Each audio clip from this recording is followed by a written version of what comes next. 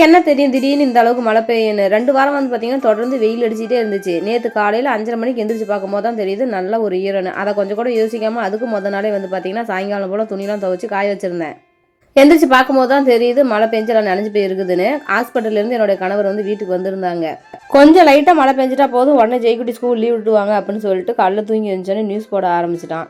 மற்ற நாள்லாம் அந்த நாட்டு நடப்பை பற்றி தெரிஞ்சுக்கிறது யாருமே ஆர்வமாக பார்க்கறதில்ல அந்த நியூஸை. இந்த மழை காலத்தில் மட்டும்தான் ஜெய்குட்டி வந்து நியூஸ் போட்டு பார்த்துட்டு இருப்பான். மாமனார் மாமியாருக்கு இட்லி தோசை சுட்டு கொடுக்கலான்னு சொல்லிட்டு அதுக்கு முத நாளே வந்து பார்த்தீங்கன்னா அரிசி ஊற வச்சு ஆட்டி எடுத்து வச்சிருந்தேன். அதுக்கு வந்து பருப்பு சாம்பார் வைக்கலான்னு சொல்லிட்டு ரெடி பண்ணியிருந்தேன். வெளியே வந்து பார்த்தீங்கன்னா கொஞ்சம் ஈரமாக இருந்ததுனால குழந்தைங்களுக்கு வெளியே குளிக்க வந்து தண்ணி காய வைக்க முடியல. அதுவும் வந்து பார்த்தீங்கன்னா சிலிண்டர்லேயே வச்சுட்டேன்.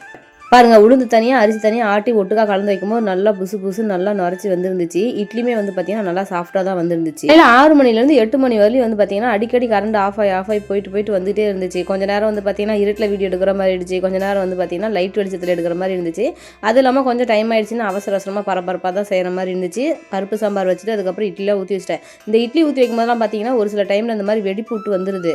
அது என்ன காரணமாக இருக்குன்னு யோசிச்சு பார்க்கும்போது தான் தெரியுது மாவு அதிகமாக ஊற்றி வச்சுட்டு அந்த மாதிரி வெடிப்பு வருது. மாவு அதுக்கப்புறம் ஒரு அடைசல் கம்மியாக ஊற்றி வச்சு பார்த்தேன். அப்போ வந்து பார்த்தீங்கன்னா வெடிப்பு கம்மியாக தான் இருந்துச்சு.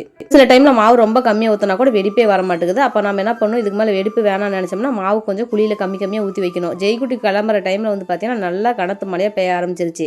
அதுக்கப்புறம் வந்து பார்த்தீங்கன்னா 1 மணி நேரம் போல் வந்து மழையே நின்று போச்சு. அப்புறம் குழந்தைங்கலாம் ஸ்கூல் அனுப்பி வச்சுட்டேன். அவங்களாம் அனுப்புனதுக்கப்புறம் பார்த்தீங்கன்னா கணவருக்கு சாப்பிட கொடுத்துட்டு அதுக்கப்புறம் ஹாஸ்பிட்டலில் இருக்கிறவங்களுக்கு சாப்பாடு ரெடி பண்ணி கொடுத்து அனுப்பி விட்டுட்டாங்க.